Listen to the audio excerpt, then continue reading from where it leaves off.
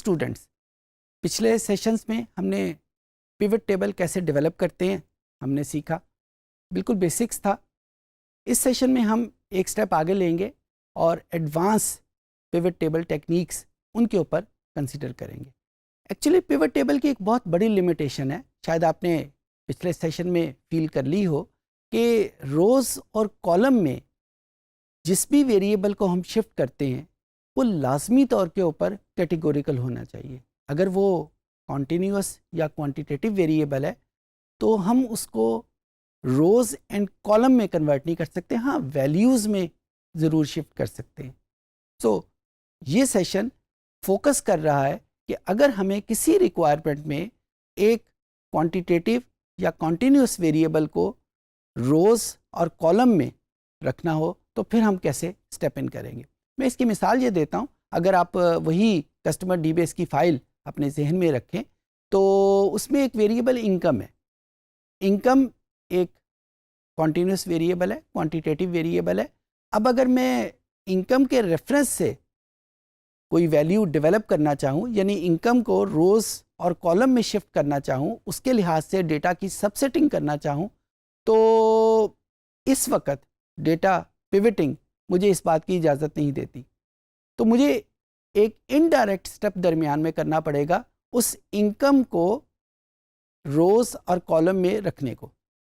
इस सेशन में हम एक्सक्लूसिवली फोकस करेंगे उस पर्टिकुलर पॉइंट के ऊपर, और साथ ही हम एक टेक्निक और भी सीख जाएंगे कि किस तरीके से हम एक क्वांटिटेटिव वेरिएबल को कैटेगोरिकल वेरिएबल में कन्वर्ट करते हैं। यानी हम इनकम को कॉन्टीन्यूअस की बजाय, क्वांटिटेटिव की बजाय कैटेगोरिकल में कन्वर्ट कर लेंगे, और जो ही वो कैटेगोरिकल में कन्वर्ट होगा हम उसकी मदद से डेटा पिवटिंग या पिवट टेबल डेवलप कर लेंगे। तो आइए कंप्यूटर पे चलते हैं और देखते हैं कि हम ये स्टेप्स कैसे करते हैं। एक बात मैं ज़रूर आपको बता दूं कि ये सेशन पिछले सेशन की निस्बत ज़रा ज़्यादा टेक्निकल होगा, तो आपको ज़रा ज़्यादा तवज्जो से, ध्यान से सुनना पड़ेगा। जी, तो ये मेरे पास वही डेटा फाइल है, कस्टमर डीबेस, और जिस तरह अभी थोड़ी देर पहले मैंने डिस्कस किया कि मैंने इनकम को कैटेगरीज में कन्वर्ट करूंगा। इनकम मेरे पास एक ऐसा वेरिएबल है जो कॉन्टीन्यूअस है, जो क्वांटिटेटिव है, और मैंने अपनी आसानी के लिए उसको 3 कैटेगरीज में कन्वर्ट कर दिया है। क्योंकि इनकम का जो यूनिट है वो 1000 है, तो यहाँ पे मैंने लिख दिया कि from lowest to 20,000 it is 1, from 20 to 60,000 it is 2, and फ्रॉम 60 टू हाईएस्ट इट इज़ 3। अच्छा, बेसिकली ये क्या कर रहा हूँ, मैं एक नया वेरिएबल डेवलप कर रहा हूँ। इनकम जो कि क्वांटिटेटिव था, उसकी मदद से एक नया वेरिएबल कैटेगोरिकल वेरिएबल डेवलप होगा, और उसमें सिर्फ 3 वैल्यूज़ होंगी, 1, 2 और 3। 1 किसके लिए होगा, हर उस इनकम की वैल्यू के लिए जो 20 से कम है। 2 किसके लिए होगा, हर उस इनकम की वैल्यू के लिए जो 21 से लेकर 60 तक है। और 3 किसके लिए होगा, हर उस इनकम की वैल्यू के लिए जो 60 से ऑनवर्ड हमारे पास मौजूद है। सो इस तरीके से मैं एक क्वांटिटेटिव वेरिएबल को कैटेगोरिकल वेरिएबल में कन्वर्ट कर लूँगा। अब हम देखते हैं कि गूगल शीट में हम ये नया वेरिएबल कैसे डेवलप करेंगे, जिसमें सोर्स वेरिएबल इनकम होगा और नया वेरिएबल हम कोई सा भी नाम का इनकम इनकम कैटेगरी के नाम का हम बना लेते हैं, और उसमें वैल्यूज़ 1, 2, 3 ऐड कर लेंगे। जिस तरह पहले मैंने आपको बताया कि this session is going to be more technical, तो आपकी ज़्यादा तवज्जो यहाँ पे रिक्वायर्ड होगी। हम इस गूगल शीट के बिल्कुल आखिरी कॉलम पे चले जाते हैं, जो कि हमें अवेलेबल मिल जाएगा खाली। इसमें मैंने उसका जो हेडिंग है वो डेवलप कर ली, इनकम, और इसके साथ मैंने इनकम कैटेगरी के नाम का एक वेरिएबल नया डेवलप कर लिया, और इसमें मैंने इफ़ स्टेटमेंट लिखी। अगर आप इसके जो कमांड बॉक्स है जहाँ पे फंक्शन लिखे हुए हैं उसकी तरफ गौर से तवज्जो करें, तो मैंने इफ़ की स्टेटमेंट शुरू की है।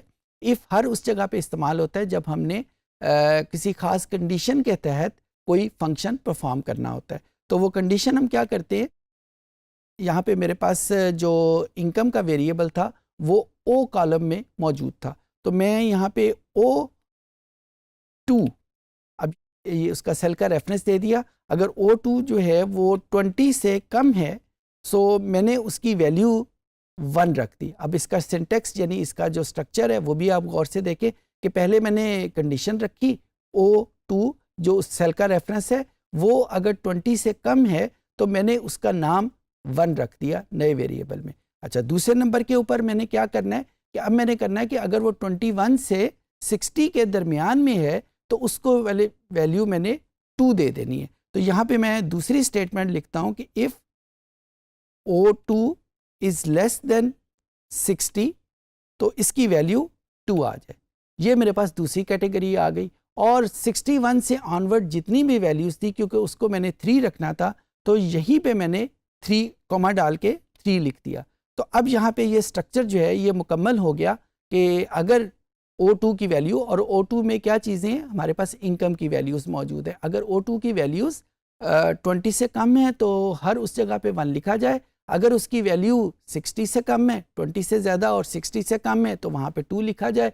और अगर उसकी वैल्यू 60 से ऑनवर्ड है, यानी जितनी भी मैक्सिमम वैल्यूज़ तक हैं, उन सब की जगह 3 लिखा जाए। तो इस तरीके से मैंने एक नया वेरिएबल डेवलप किया। एक और चीज़ जो आपने बहुत गौरतलब है यहाँ पे देखनी है कि नंबर ऑफ़ ब्रैकेट्स जो यहाँ पे यूज़ करनी है वो कितनी करनी है। यहाँ पे मैंने 3 ब्रैकेट्स ओपन की थी, तो एंड के ऊपर आके मैंने तीनों ब्रैकेट क्लोज़ कर दी। अगर आप ये तीनों ब्रैकेट क्लोज़ नहीं करेंगे या इसके लिखने में कुछ गलती कर देंगे तो गूगल शीट वो फंक्शन परफॉर्म नहीं करेगी। तो इस तरीके से मैंने ये फंक्शन यहाँ पे परफॉर्म कर दिया। और देखें आप O2 की वैल्यू की जगह अब इसमें नया वेरिएबल की वैल्यू 2 आ गई। 2 क्यों आई? क्योंकि यहाँ पे O2 की वैल्यू, इनकम की वैल्यू, अगर आप उस कॉलम में जाके देखें तो वो 20 से ज़्यादा होगी।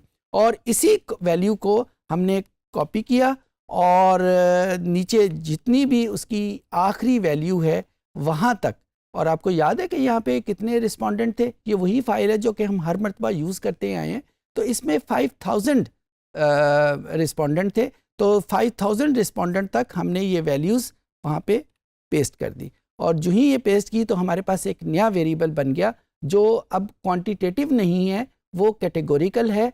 कैटेगोरिकल क्यों है? कि उसकी सिर्फ 3 वैल्यूज़ हैं। हमने कोड रखे हुए हैं 1, 2 और 3। 1 हर उस वैल्यू के लिए जो 20 से कम है, 2 हर उस वैल्यू के लिए जो 21 और 60 के दरमियान में है, और 3 हर उस वैल्यू के लिए जो 60 से ऑनवर्ड है। अब हमारे लिए पिवटिंग करना बहुत आसान है, क्योंकि पिवटिंग की यही शर्त थी कि क्वांटिटेटिव वेरिएबल नहीं होना चाहिए बल्कि कैटेगोरिकल वेरिएबल होना चाहिए। अब हमने ये कैटेगोरिकल वेरिएबल डेवलप कर लिया है। तो अब पिवट टेबल कैसे बनाते हैं ये हमने लास्ट सेशन में सीख चुके हैं। इंसर्ट, और इंसर्ट में हमारे पास पिवट टेबल के नाम की कमांड मौजूद है। इस पिवट टेबल को क्लिक किया, बिल्कुल उसी तरीके से इसने आइडेंटिफाई किया कि कितने रोज़ और कितनी कॉलम है। न्यू शीट के नाम के हमने क्लिक किया, क्रिएट का बटन प्रेस किया। अब हमारे पास वही स्ट्रक्चर आ गया कि रोज़ की वैल्यूज़, कॉलम वैल्यूज़, और यहाँ पे अब रोज़ में हम वही जो नया वेरिएबल क्रिएट किया है जो कि स्क्रीन के एंड के ऊपर है, इनकम अंडरस्कोर CT के नाम का, वो यहाँ पे आइडेंटिफाई कर देंगे। और जो ही हमने वहाँ पे आइडेंटिफाई किया, गूगल शीट ने इसको रिकग्नाइज़ कर लिया, सेंस कर लिया कि इसमें 3 कैटेगरीज़ हैं, 1, 2 और 3। और वैल्यूज़ में हम कुछ भी यहाँ पे रख सकते हैं, उसकी एजेस रख सकते हैं, या जो भी एनालिसिस हमने यहाँ पे करना है वो यहाँ पे किया जा सकता है।